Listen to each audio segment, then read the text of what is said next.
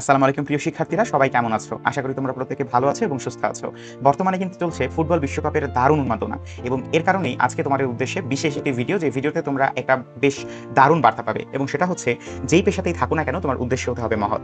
এবং আমরা জানি যে আমাদের এই ভিডিওটা বেশিরভাগ ক্ষেত্রে আমাদের নার্সিং ভর্তি ইচ্ছুক কিংবা নার্সিং পড়ুয়া শিক্ষার্থীরা দেখবেন। সো এই কারণে তোমাদের জন্য এই বার্তাটা আরও বেশি গুরুত্বপূর্ণ।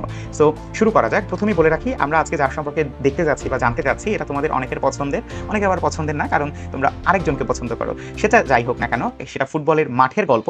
তবে আজকের গল্পটা একেবারেই বাহিরের এবং মাঠের বাহিরের একটি গল্প। সো মাঠের বাহিরের গল্পটা শুরু করার আগে জানিয়ে রাখি, আজকে আমাদের ক্রিস্টিয়ানো রোনালদো তিনি কিন্তু ভূমিকম্পে পা হারানো একজন শিশু, তার প্রতি একটি আবেগময় বার্তা এবং সাথে একটি জার্সিও পাঠিয়েছেন।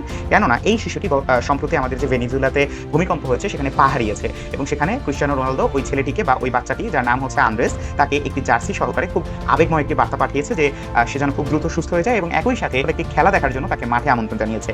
সো এরকমই এবং এর থেকেও আরো বেশি অনুপ্রেরণামূলক একটি গল্প আমরা দেখবো, এবং যেটা আগেই বললাম, মাঠের বাইরে একেবারেই অন্যরকম একটি গল্প। কেন? মাঠের মধ্যে হয়তো বা হার জিত দুটোই আছে, বাট এই জায়গায়, অর্থাৎ আমরা আজকে যে গল্পটা শুনবো, এই গল্পে আমাদের ক্রিস্টিয়ানো রোনালদো ফুটবল, মানব এবং আমাদের মানুষের মধ্যে যে সহমর্মিতা, সবকিছু বিজয়ী হয়েছিল, কেউ হারেনি। এ কারণে এই গল্পটা বেশি গুরুত্বপূর্ণ। এখানে একটা পরিবার, যেই পরিবারের একেবারে ছোট্ট একটি শিশু অসুস্থ ছিল এবং তাকে সুস্থ করার জন্য যেই প্রত্যাশা ছিল, সেই প্রত্যাশার থেকেও অনেক বড় প্রাপ্তি কিন্তু রোনালদোর মাধ্যমে এসেছিল, সেটাই আমরা আজকে জানবো। রোগী ছিল 10 মাসের একজন শিশু এবং এই এরিকের যে সমস্যাটা ছিল, সেই সমস্যাটা হচ্ছে যে ওর কর্টিক্যাল ডিসপ্লাসিয়া ছিল। সো এটার কারণে সে দিনে কয়েকবার সিজার বা খিঁচুনি তার হতো এবং এর কারণে কিন্তু তার মস্তিষ্কে বিশেষ অস্ত্রোপচারের প্রয়োজন ছিল।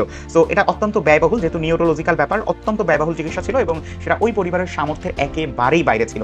সো পরবর্তীতে দেখা গেল তারা, রোনালদো যেহেতু ওই মুহূর্তে বেশ বড় একজন ইনফ্লুয়েন্সার ফুটবল মাঠের বা ফুটবলের, যে কারণে তাকে তার কাছে একটি আবেদন পাঠানো হলো যে সিগনেচার করা জার্সি এটা পাঠালে সেটা নিলামে তুলে তারা হয়তো বা সেখান থেকে কিছু টাকা পয়সা দিয়ে ওই বাচ্চাটাকে সুস্থ করার জন্য বা অপারেশনের জন্য তারা হয়তো বা ব্যবস্থা নিতে পারবে। আমাদের পরিবারের চাওয়া ছিল রোনালদোর একটা উপহার এবং সেই উপহারটাকে নিলামে তুলে তারপরে সেখান থেকে বেশ লম্বা প্রসিডিউর। কিন্তু সবথেকে মজার যে বিষয়টা, সবথেকে আনন্দের যে বিষয়টা, সেটা ছিল যে রোনালদোর থেকে প্রাপ্ত উপহার, যেটা তারা অস্ত্রোপচারের খরচ বহনের জন্য অথবা তার যে জার্সি বুট, এগুলো যাই বলি না কেন, এই সব কিছুর বাইরে গিয়ে $83,000 একটি ব্যয়বহুল চিকিৎসা রোনালদো নিজেই সম্পন্ন করে দিলেন ওই বাচ্চাটার জন্য।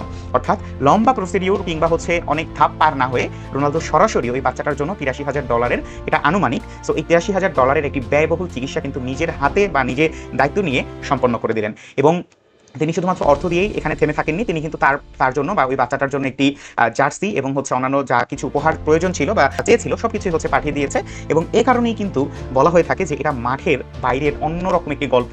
এবং এই গল্পটা প্রমাণ করে আমরা যেই পেশাতেই থাকি না কেন, সেই পেশার উদ্দেশ্য হতে হবে মহৎ। অর্থাৎ তোমার নিজের জায়গা থেকে তুমি যতটা বেশি তোমার প্রভাব ছড়িয়ে দিতে পারো, যতটা বেশি তোমার পজিটিভিটি ছড়িয়ে দিতে পারো, ততই তোমার মানব সভ্যতার জন্য, মানুষের জন্য অনেক বেশি উপকার হবে এবং তোমার যে সহমর্মিতা, সেই সহমর্মিতা আরও ছড়িয়ে পড়বে এবং প্রত্যেকটা মানুষ তখন আসলে শিখবে একজন মানুষ হয়ে আরেকজন মানুষের পাশে কিভাবে দাঁড়াতে হয়। ধন্যবাদ, দেখা হবে পরবর্তী কোনো ভিডিওতে। আসসালামু আলাইকুম।